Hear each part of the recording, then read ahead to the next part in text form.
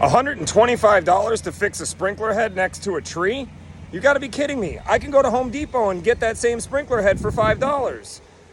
Why is it $125? Well, we got another big tree, but this time it's a smaller problem.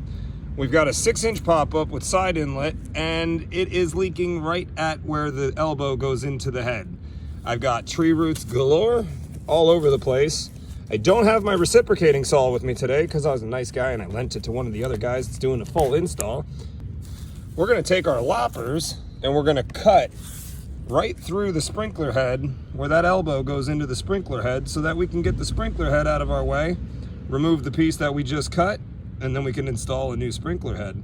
All right, so I've carefully positioned my loppers, and with one hand, we're gonna cut through the sprinkler head and pray that I don't break more than I want to. One hand isn't gonna work, let's try two. And we cut through it. Now we can remove the sprinkler head. Oh, I thought I cut all through it, but there we go.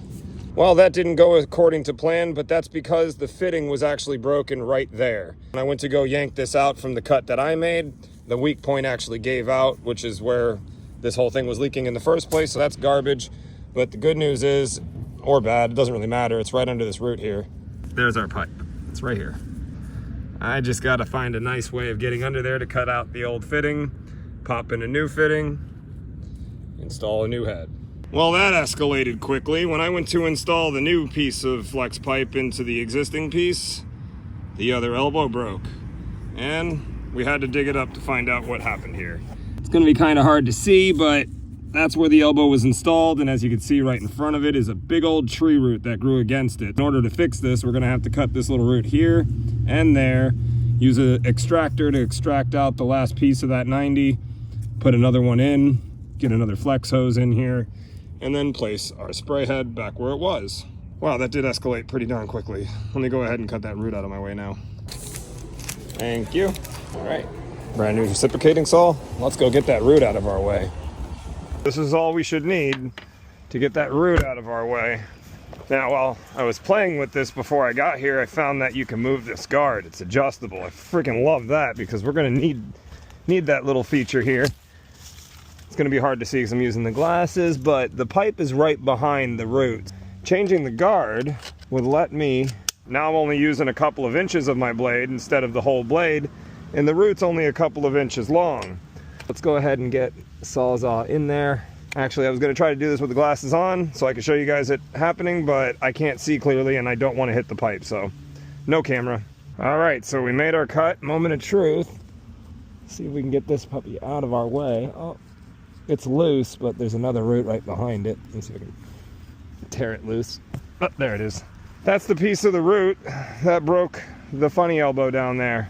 Now we can get our nipple extractor in here and extract out that nipple, which again, I'm gonna have to take off the sunglasses because I can't see the pipe, but we'll get that out of there. We'll get a new one on there, and then we can put the head back in like we were originally planning. I love this thing, awesome. All right, and there it is. That's the other half of the elbow that broke. I don't know what happened. Oh, there it is, it's underneath me. That's where that came from. All gone, all done. Now we just need to go ahead and put in the new elbow. I'm not sure if it's gonna fit right here, so I might either have to cut some more roots or add a nipple. We're gonna find out right now because I think I got it in there. Again, I can't see what I'm doing because of the sunglasses, but this is actually a situation where I don't actually need to see what I'm doing. I can feel it. I have another idea. All right, let's see if we can get the Marlex 90 in there, which is a little bit shorter than this when it comes to trying to get it into a tight spot. And then we can get the Marlex 90 in a way that we can screw this into where we need it away from the tree roots. Let's see what we can do here. There we go, that one screwed right in, pretty simply. Just gotta know the parts you can use to make repairs like this. And I think on my left over here, I'm pretty clear with tree roots and stuff. So I should be able to get this elbow into that Marlex 90. It's gonna be a tight squeeze. Can I get it in? Nope, I thought I had it. I'll go another rotation here. Yep, I got it now. Just gotta get it a couple more turns so that it's actually threaded in there good. I've gone around with this elbow 4 times now. All right, and there it is. Now we can take our funny pipe, flex pipe, poly, whatever you want to call it, get it connected to here. I'm probably past that second barb there. Twist it nice and tight. Now all we got to do is install the head. And now that we got the head right where we want it, we're going to go ahead and turn on HydroWise and test it. This is zone A7, so let's go ahead and turn it on. And all right, no more leak. We're good to go here. On to the next one.